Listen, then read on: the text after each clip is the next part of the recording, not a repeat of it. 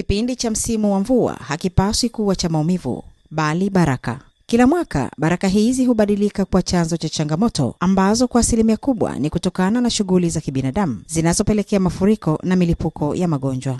Kumekuwa na tabia kutapisha maji machafu, kufungulia maji ya chooni kwenye vyanzo vya maji kama mito, mabwawa, maziwa, bahari na kutupa taka hovyo hasa kwenye mitaro au mifereji ya maji. Tabia hizi ndizo husababisha mitaro kuziba, kuleta mafuriko na mlipuko wa magonjwa kama kipindupindu. Lakini unaweza kubadili hali hii. Inaanza na wewe. Hifadhi maji taka kwenye mifumo iliyo rasmi.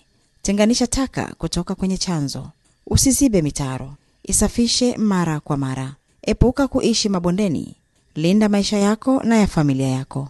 Kila mmoja wetu analo jukumu. Chukua hatua sasa kwa maendeleo endelevu ya afya na mazingira nchini. NEMKI inakutaka wewe mwananchi kutoa taarifa za mazingira kupitia namba ya bure 0800 110 115. Mazingira yetu, uhai wetu. Tuyatunze, yatutunze.